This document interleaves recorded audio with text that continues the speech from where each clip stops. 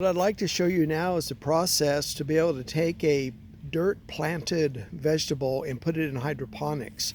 And I'm going to take the ancho poblano pepper that I planted. It was a very young plant. Bought it at Home Depot, and it was probably about 6 inches high. Anyway, it's grown up enough. It's starting to put out blossoms and fruit. And so now it's time to take and put it in the hydroponics right here. And so what I'm going to do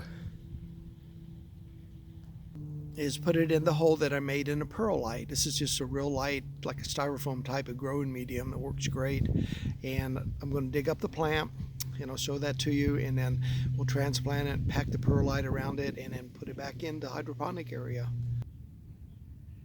I dug it out, and then I put it on the ground, and then just gently wash off a bunch of the dirt. You don't have to get it all off, just enough so that it can go into the perlite. It's okay to have a little bit of dirt on it. There, that's enough.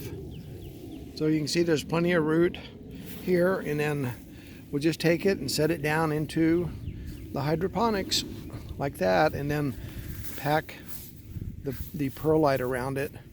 And really that's all that you need to do. And then once you do that, then water it real well and get it growing on your regular watering cycle, and it will just grow in hydroponics. And these can grow, I've had them last 5 to 6 years in hydroponics like this.